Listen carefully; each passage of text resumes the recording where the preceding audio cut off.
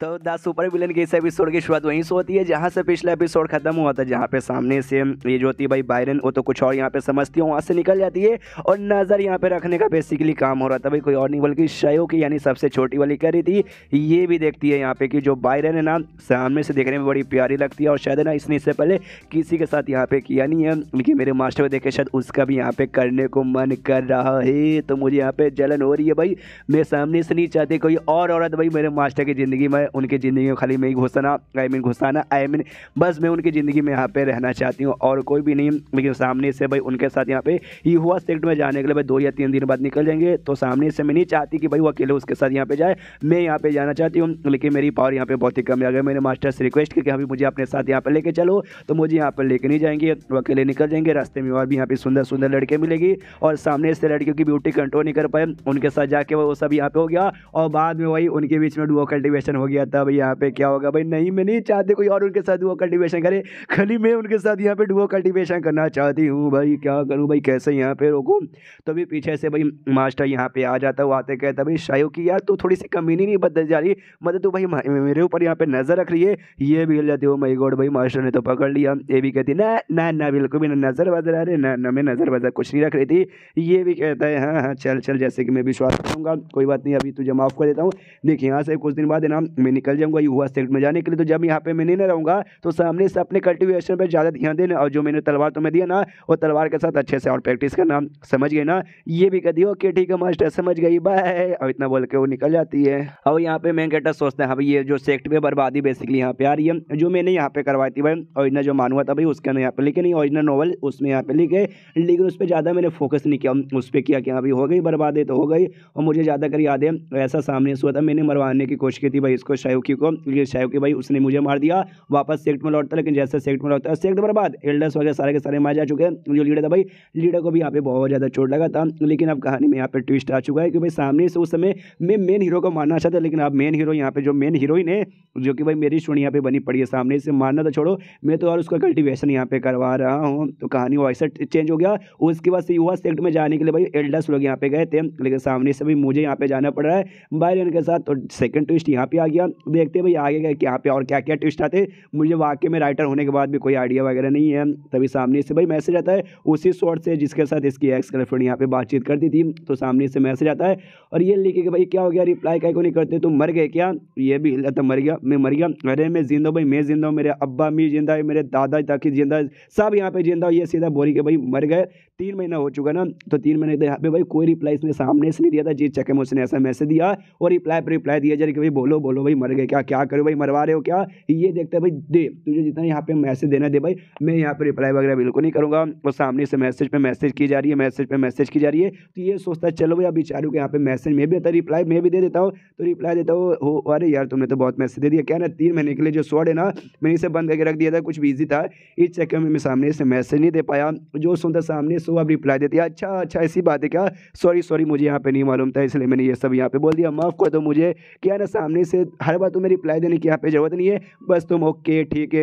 ये सब यहाँ पे बोल देना, मैं समझ जाऊंगी। हाँ लेकिन कुछ ना कुछ यहाँ पे बोलना भाई, ऐसा नहीं कि एकदम मत देना ओके। इसके यहाँ पे दिमाग खराब होता कह रहे बाप रे, ये कितनी मतलब मोबाइल में जैसे रियलिटी में रहती है ना भाई, पृथ्वी पे के लोग भाई मोबाइल से एडिक्टिव हो चुके भाई, खाली दिन भर चैट, कभी रील्स यहाँ पे देखेंगे, छक्के जैसे यहाँ पे रील्स में नाचेंगे, सेम वैसे लड़के भाई चैट करो चैट करो चैट करो। भाई मुझे नहीं चैट करना, यहाँ पे सामने से दिमाग खराब की जा रही है। वो सर वहाँ पे वो भी देखती भाई ये लौंडा भाई कितना चीप लौंडा है भाई, सामने से मतलब बातचीत करने को तैयार ही नहीं है, एकदम भाई अवॉइड पे अवॉइड किया जा रहा है। लेकिन वे भी सामने से लगता है ज़्यादा हो गया ना, मैं भी ज़्यादा हो गया, बेचारा शायद हो सकता है यहाँ से गुस्सा हो जाए, गुस्सा हो जाएगा क्या, अरे यार मुझसे गुस्सा हो जाएगा। तब यहाँ पे उसकी नौकरानी थी, और नौकरानी सामने से कहती है यार आपका दिल में अभी भी चैन सीख ले यार, तो जाके यहाँ पे भाई कॉन्फ्रेंस काय को नहीं कर देते भाई, ये सब नौटंकी काय को कर रहे हो। जो सुन दे कहते यार यार नौकरानी तुम बीच में अपनी मालकिन के मामले में बीच में ऐसे यहाँ पे नहीं बोलते, सामने से तू क्या हमारे बारे में जानती है, मेरी फटी पड़ी है, सामने से हिम्मत नहीं हो रही कैसे आके यहाँ पे बोलूँ और उसके साथ यहाँ पे वापस से बातचीत करूँ। इसलिए चैट के जरिए जो कुछ है ना वो सब यहाँ पे करने की मैं कोशिश यहाँ पे कर रही हूँ। वापस यहाँ पे रिप्लाई देती कि सामने से तुम गुस्सा हो ना, या आई नो गुस्सा हो,